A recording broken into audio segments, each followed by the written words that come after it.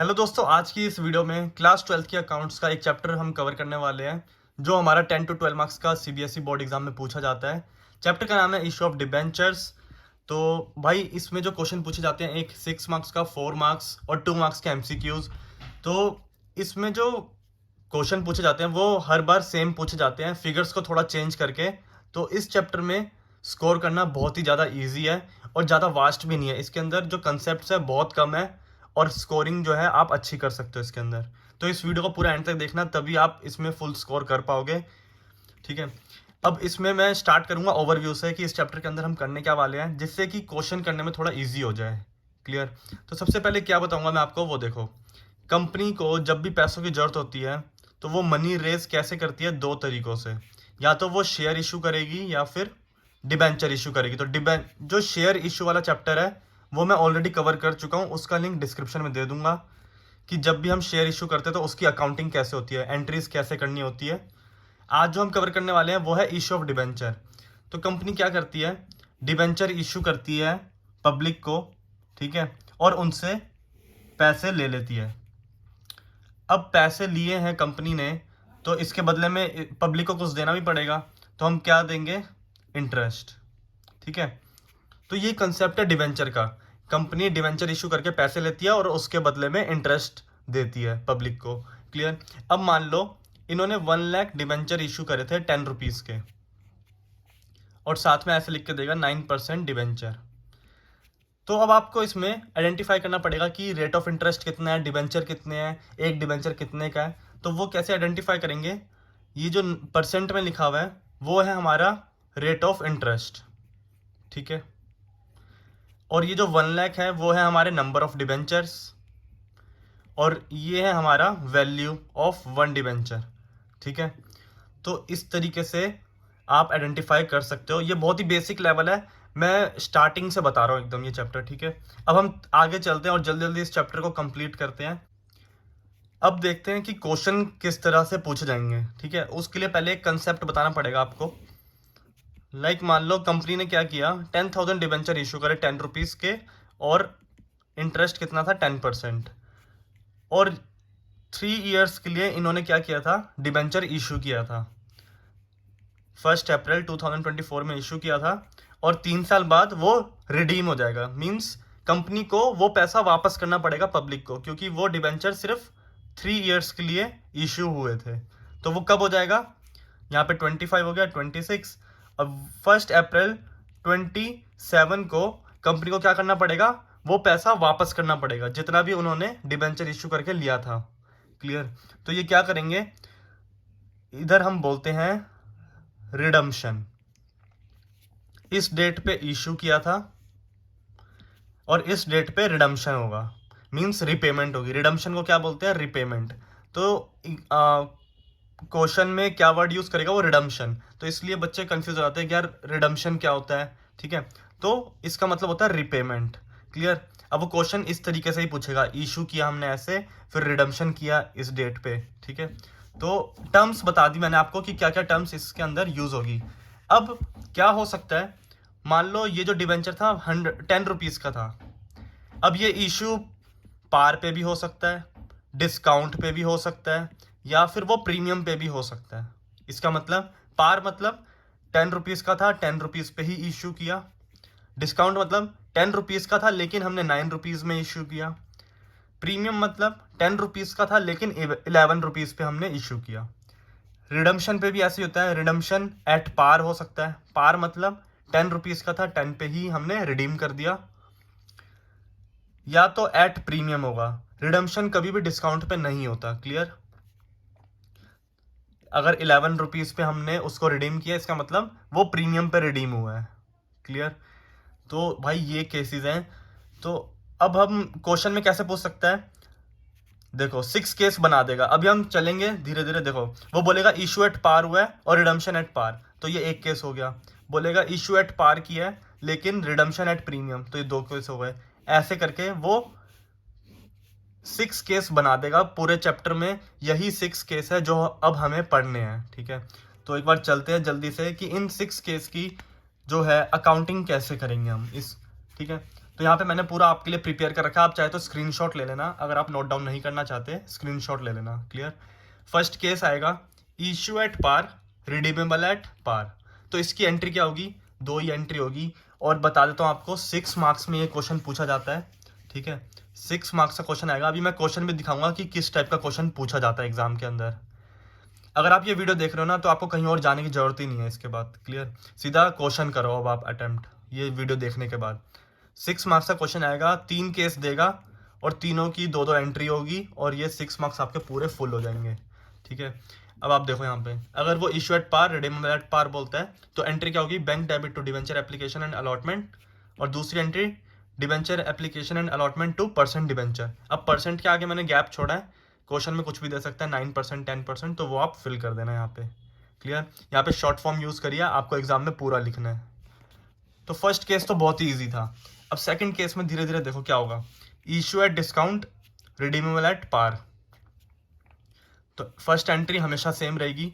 Second entry में क्या किया, debenture application and allotment debit, एक और अकाउंट डेबिट हो गया, कौन सा, discount on issue of debenture, उसके बाद 2% डिवेंचर। तो सेम एंट्री ऊपर वाली ये दोनों, बस इसके अंदर डेबिट में ऐड हो गया क्या, discount on issue of debenture. अभी मैं ये 6 के 6 केस की एंट्री एक ही में करके दिखाऊंगा, तब ज़्यादा आपको क्लियर होगा। पहले एक एक करके यहाँ पे देख लेते हैं केसेस। अब क्वेश्चन दे देगा कि 10,000 debentures at the rate of 10 issued at premium, premium का अमाउंट दे देगा 2 rupees, and redeemable at par, par मतलब 10 रुपये का था, 10 रुपये पे ही रिडीम हो गया।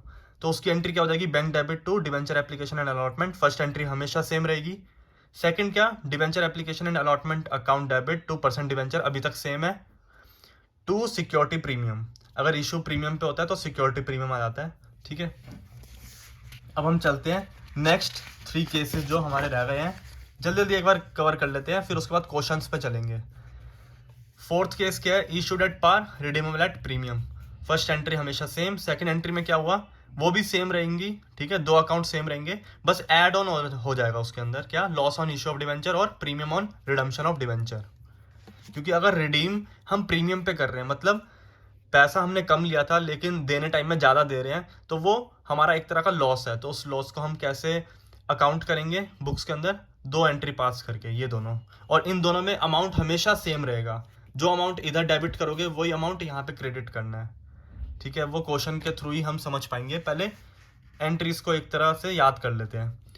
फिफ्थ केस क्या है, issued at discount, redeemable at premium, bank debit to debenture application and allotment. First entry same, second entry भी सेम है। अगर आप देखोगे ये दोनों अकाउंट हमेशा सेम रहेंगे हर केस में, बस ऐड ऑन हो जाएगा। क्या होगा देखो, रिडीमेबल एट प्रीमियम है तो अभी ऊपर देखा हमने, रिडीमेबल एट प्रीमियम में क्या होता है, 2 एंट्री ऐड हो जाती है, loss on issue of debenture और premium on redemption of debenture. Same इधर भी ये दोनों सेम आ जाएंगे, loss on issue of debenture और premium on redemption of debenture. But अब इशू भी डिस्काउंट पे हो रहा है तो एक और एंट्री यहाँ पे ऐड हो जाएगी, discount on issue of debenture. ठीक है, अब लास्ट केस जो है, ये दोनों केस बहुत इंपॉर्टेंट है, 5th और 6th। ठीक है, 6th केस में भी सेम फर्स्ट एंट्री रहेगी। सेकंड एंट्री में क्या हो जाएगा देखो, इशू एट प्रीमियम जब भी होगा तो सिक्योरिटी प्रीमियम ऐड हो जाता है, तो यहाँ पे ऐड कर दिया सिक्योरिटी प्रीमियम। और रिडीमेबल एट प्रीमियम जब भी होता है तो क्या होता है, 2 एंट्री ऐड होती है, loss on issue of debenture और premium on redemption of debenture. ये याद करना पड़ेगा, रिडीमेबल एट प्रीमियम जब भी होगा 2 एंट्री ऐड होगी, एक डेबिट में एक क्रेडिट में। इशू जब भी प्रीमियम पे होगा तो क्रेडिट में सिक्योरिटी प्रीमियम आ जाएगा। ठीक है, इशू अगर डिस्काउंट पे होता है तो डेबिट में discount on issue of debenture आ जाएगा। इसको मैं अब एक एंट्री में आपको समझाने वाला हूँ, उससे बहुत ही ज़्यादा क्लियरिटी आएगी। बच्चे क्या करते हैं, इन 6 केस को याद करते हैं। ठीक है, बट मैंने यहाँ पे आपको दिखा दिया जिससे अगर आपको भी कंफ्यूजन हो तो इसको रेफर कर सको। बट अब मैं एक एंट्री के थ्रू समझाऊंगा जो बेस्ट तरीका है इस चैप्टर को समझाने का। तो एक बार समझते हैं, चलो। फर्स्ट एंट्री हमेशा सेम रहेगी हर केस में, bank debit to debenture application and allotment, इधर तो कोई डाउट नहीं है। अब सेकंड एंट्री में आती है दिक्कत। सेकंड एंट्री में 2 अकाउंट हमेशा सेम रहेंगे, जो होते हैं हमारे डिवेंचर एप्लीकेशन एंड अलॉटमेंट और दूसरा 2% डिवेंचर। इतना क्लियर है। अब हम केसेस बनाते हैं खुद, जितने भी 6 केसेस पढ़े हैं। देखो भाई, अगर इशू एट प्रीमियम होता है तो 2 में सिक्योरिटी प्रीमियम, आ जाता है। ठीक है, इतना ध्यान रखना पड़ेगा। इशू एट प्रीमियम जब भी होगा, इशू एट प्रीमियम जब भी होगा तो सिक्योरिटी प्रीमियम आ जाएगा क्रेडिट में। अब चलते हैं, अगर इशू एट डिस्काउंट होगा तो डेबिट में आता है, discount on issue of debenture. ठीक है, इन दोनों में से एक ही केस होगा। ठीक है, इशू ऑन डिस्काउंट, खत्म। इशू के सारे केस बता दिए। अगर पार होगा तो ये दोनों आएंगे ही नहीं अकाउंट, ये भी नहीं आएगा, ये भी नहीं आएगा, सिर्फ debenture application and allotment 2% debenture, खत्म। इशू का केस खत्म। ठीक है, अब आ जाता है रिडम्पशन। रिडम्पशन में क्या होता है, अगर रिडम्पशन एट पार होगा तो कोई भी अकाउंट ऐड नहीं होगा, बट रिडम्पशन एट प्रीमियम होगा तो दो अकाउंट ऐड हो जाते हैं। एक यहाँ पे loss on issue of debenture, और यहाँ पे premium on redemption of debenture. समझ आ गया? तो जब भी रिडम्पशन एट पार होगा तो कोई अकाउंट ऐड नहीं होगा, रिडम्पशन एट प्रीमियम होगा तो दो अकाउंट ऐड होंगे। कौन कौन से? लॉस ऑन इशू और एक प्रीमियम ऑन रिडम्पशन। और इशू का भी बता दिया, अगर पार पे है तो एक भी अकाउंट ऐड नहीं होगा, बट अगर इशू एट डिस्काउंट है तो एक ऐड हो जाएगा, डेबिट में discount on issue of debenture. But अगर इशू एट प्रीमियम होगा तो क्रेडिट में होगा सिक्योरिटी प्रीमियम। तो 6 के 6 केसेस यहाँ पे मैंने पूरे कवर कर दिए, 6 केसेस। दोस्तों अब हम समझते हैं एक और कंसेप्ट इसके अंदर। 2 एंट्री तो हमने सीख ली, ठीक है, 6 मार्क्स में वो पूछ सकता है, बट इस चैप्टर में एक और कंसेप्ट है, वो है रेट ऑफ इंटरेस्ट का। लाइक हमने अभी देखा यहाँ पे 10,000 डिबेंचर हमने इशू करे 10% के रेट ऑफ इंटरेस्ट पे, तो भाई हर साल इंटरेस्ट की एंट्री भी होगी। ठीक है, तो वो क्वेश्चन में ये भी दे सकता है। तो हमें क्या करना पड़ेगा, at the end of the year हमें इंटरेस्ट की एंट्री पास करनी होगी। तो यहाँ पे मान लो 3 साल के लिए हमने डिबेंचर इशू किया था, तो 3 साल हमें इंटरेस्ट की एंट्री पास करनी होगी। और वो कैसे होगी वो मैं आपको दिखा देता हूँ एक बार। ठीक है, ये है टीएस ग्रेवाल। अगर आप भी इसको फॉलो कर रहे हो तो आप भी इसको ओपन कर सकते हो बुक को। मैं आपको सीधा पेज नंबर भी बता देता हूँ। ठीक है, पेज नंबर 10.55। इसमें क्या होता है देखो, इंटरेस्ट की एंट्री जो होती है वो 4 एंट्रीज होती है। सबसे पहली एंट्री क्या होती है, debentures interest debit to debenture holder. इसमें हमने इंटरेस्ट को बुक किया और डिबेंचर होल्डर को क्रेडिट कर दिया, क्योंकि वो उसको हमें पेमेंट करनी है तो वो क्रेडिटर है। उसके बाद नेक्स्ट एंट्री में हमने दिखा दिया पेमेंट करके, debenture holder debit to bank, creditor कम हो गए और पेमेंट कर दी हमने। ठीक है, अब उस इंटरेस्ट को हम P&L में बुक कर लेंगे। नेक्स्ट एंट्री में क्या करेंगे, statement of P&L debit to debenture interest. और अगर फर्स्ट एंट्री में जो हमने फर्स्ट 2 एंट्री कर रहे हैं हर केस के अंदर, अगर उसके अंदर discount on issue of debenture है तो वो भी हम P&L में बुक करेंगे। कैसे करेंगे, statement of P&L debit to discount on issue of debenture. तो ये जो 4 एंट्रीज है वो हर साल होगी। लाइक देखो इस केस में हमने 2 बार करी है क्योंकि 2 साल के लिए इशू किया था, तो ऊपर भी करी इंटरेस्ट की एंट्री, ये 3 एंट्रीज इंटरेस्ट की है, और यहाँ पे भी 3 एंट्रीज हमने कॉपी पेस्ट करी है। समझ आया? यहाँ पे 4 एंट्री क्यों हुई, क्योंकि ये discount of issue of debenture को भी हमने बुक किया है जो हमारा सेकंड एंट्री के अंदर था। क्लियर? अगर loss on issue of debenture भी होगा तो उसको भी हम क्या करेंगे, statement of P&L debit to loss on issue of debenture. तो इंटरेस्ट की एंट्री 3 होती है, शायद मैंने स्टार्टिंग में बोल दी थी 4, बट ध्यान रखना 3 एंट्रीज होती है। Clear? Debenture interest to debenture holder to bank, और थर्ड एंट्री होती है statement of P&L debit to debenture interest. अगर 3 साल के लिए तो 3 बार एंट्री करनी पड़ेगी, नहीं तो हमें 2 साल के लिए दिया था 2 बार। एग्जाम में इतना नहीं देगा, 2 ईयर्स देगा मैक्सिमम। ठीक है, तो इस तरीके से आपको क्वेश्चन अटेम्प्ट करने हैं बुक में से। ठीक है, ये टीएस ग्रेवाल है। अब हम चलते हैं, एक कंसेप्ट है हमारा नंबर ऑफ डिबेंचर्स का। क्वेश्चन में जब नंबर ऑफ डिबेंचर्स नहीं दिए होते तो हमें किस तरह से उसको निकालना है। एक क्वेश्चन मैं आपको यहाँ पे दिखा भी देता हूँ। इस क्वेश्चन को ही कर लेते हैं, एक काम करते हैं। ठीक है, ये क्वेश्चन में बोल रहे हैं हमने एक प्लांट एंड मशीनरी परचेज करी 2 लाख की। ठीक है, जिसमें से हमने चेक के थ्रू पेमेंट कर दी 65,000 की, और जो बैलेंस अमाउंट है उसको हम कैसे पेमेंट कर रहे हैं, डिबेंचर इशू करके। हम बोल रहे हैं भाई तो डिबेंचर रख ले कंपनी के पैसों की जगह। ठीक है, और जिस पे इंटरेस्ट भी तेरे को मिलेगा हर साल 6% का, जैसा आप देख सकते हो यहाँ पे बताया था मैंने। तो अब यहाँ पे क्या लिखा है पूरा पढ़ते हैं। Balance bye issue of 6% debenture of 100 rupees each at a discount of 10%। ठीक है, अब चलो इसको हम यहाँ पे एक बार करते हैं। 2 लाख रुपीज टोटल पेमेंट करनी थी, बट उसमें से 65,000 हमने कर दी है, तो रिमेनिंग अमाउंट 1,35,000 की पेमेंट करनी थी। अब हमें नंबर ऑफ डिवेंचर निकालने के लिए क्या करना है, इस टोटल अमाउंट को डिवाइड करना है कि एक डिवेंचर की कितनी वैल्यू थी। कितनी वैल्यू है, 100 रुपीज़। बट इस केस में 100 रुपीज़ से डिवाइड नहीं करेंगे क्योंकि इशू हुआ है 10% डिस्काउंट पे, तो जितने पे इशू होगा उस अमाउंट से हम डिवाइड करेंगे। ठीक है, 100 रुपीज़ का डिवेंचर था जिसमें से 10% हो गया 10 रुपीज़, मतलब 90 रुपीज़ पे हमने डिवेंचर्स को इशू किया है, तो जितने पे इशू करेंगे उससे हम डिवाइड करेंगे। तो 90 रुपीज़ से जैसे डिवाइड करेंगे तो 1500 रुपीज़, फिर 1500 डिवेंचर्स हमारा यहाँ पे आ जाएगा। ठीक है, अब जैसे ही हमारे पास नंबर ऑफ डिवेंचर आ जाते हैं तो सारी एंट्रीज करने में ईजी हो जाता है। देखो इस टाइप का क्वेश्चन 4 मार्क्स में पूछेगा, 6 मार्क्स का मैंने बता दिया पहले ही, वो केसेस बनाकर पूछेगा। और 4 मार्क्स में जो क्वेश्चन पूछेगा वो इस तरह का पूछेगा कि हमने बिल्डिंग परचेज करी, प्लांट एंड मशीनरी परचेज करी, और उसके बदले में हमने क्या किया, डिवेंचर्स को इशू किया। तो एंट्रीज कैसे होगी, देखो जो भी आप परचेज कर रहे हो उसको डेबिट कर दो।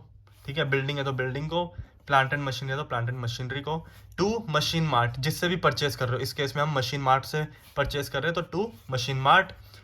ठीक है, अब नेक्स्ट एंट्री क्या होगी, जो हमने हर केस में सीखी है ना, सेकंड एंट्री। देखो ये जो सेकंड एंट्री है, इस केस में हम फर्स्ट एंट्री नहीं करेंगे क्योंकि हमने पैसे नहीं लिए हैं डिवेंचर इशू करके, हमने एसेट परचेज करी है, इसलिए हमने फर्स्ट एंट्री क्या करी, plant and machinery debit to machine mart. ठीक है, अब देखो सेकंड एंट्री क्या होगी, यहाँ पे मशीन मार्ट को हम डेबिट कर देंगे। ठीक है, अब इन्होंने डिस्काउंट पे इशू करी है, तो बताया था मैंने जब भी इशू डिस्काउंट पे होता है तो डेबिट में क्या आ जाता है, discount on issue of debenture.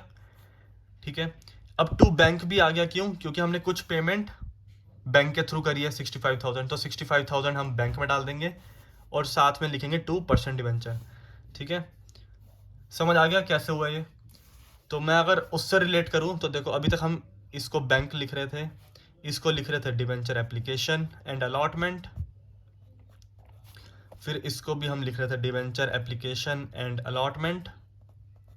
ठीक है, और ये बैंक एक्स्ट्रा है क्योंकि हमने एक्स्ट्रा पेमेंट करी है उसको, तो इसको अभी हम कंसिडर नहीं कर रहे हैं। बाकी एज इट इज सब कुछ सेम है अगर आप देखोगे तो। क्लियर, तो भाई इस तरीके से हमें क्वेश्चन अटेम्प्ट करने पड़ेंगे, तभी हम आगे इसमें बढ़ पाएंगे और फुल मार्क्स इसमें स्कोर कर पाएंगे। तो जितने भी इसमें टॉपिक थे वो मैंने सारे कवर कर लिया। नंबर ऑफ डिवेंचर कैसे निकालते हैं, जितना भी अमाउंट हमें पे करना है वो डिवाइडेड बाय जितने पे डिवेंचर इश्यू करे हैं। ठीक है, अगर प्रीमियम पे किया होता तो 10%, तो 110 से करते डिवाइड। ठीक है, तो इस तरीके से आपको यहाँ पे सारे क्वेश्चन अटेम्प्ट करने, जितने भी आपकी बुक है, जो भी आप फॉलो कर रहे हो मॉड्यूल करो, बट क्वेश्चन सारे अटेम्प्ट करना, तभी आप स्कोर कर पाओगे अच्छा। अगर कोई भी डाउट अभी भी है तो आप प्लीज़ कमेंट करके पूछो, मैं नेक्स्ट वीडियो उस पर लाऊंगा। और मेरे को प्लीज़ कमेंट करके बताओ कि कौन से चैप्टर पे नेक्स्ट वीडियो में बनाऊँ। ठीक है, तो बस आज के लिए बस इतना ही, अब मिलेंगे नेक्स्ट वीडियो में नेक्स्ट कंटेंट के साथ। जब तक के लिए थैंक यू।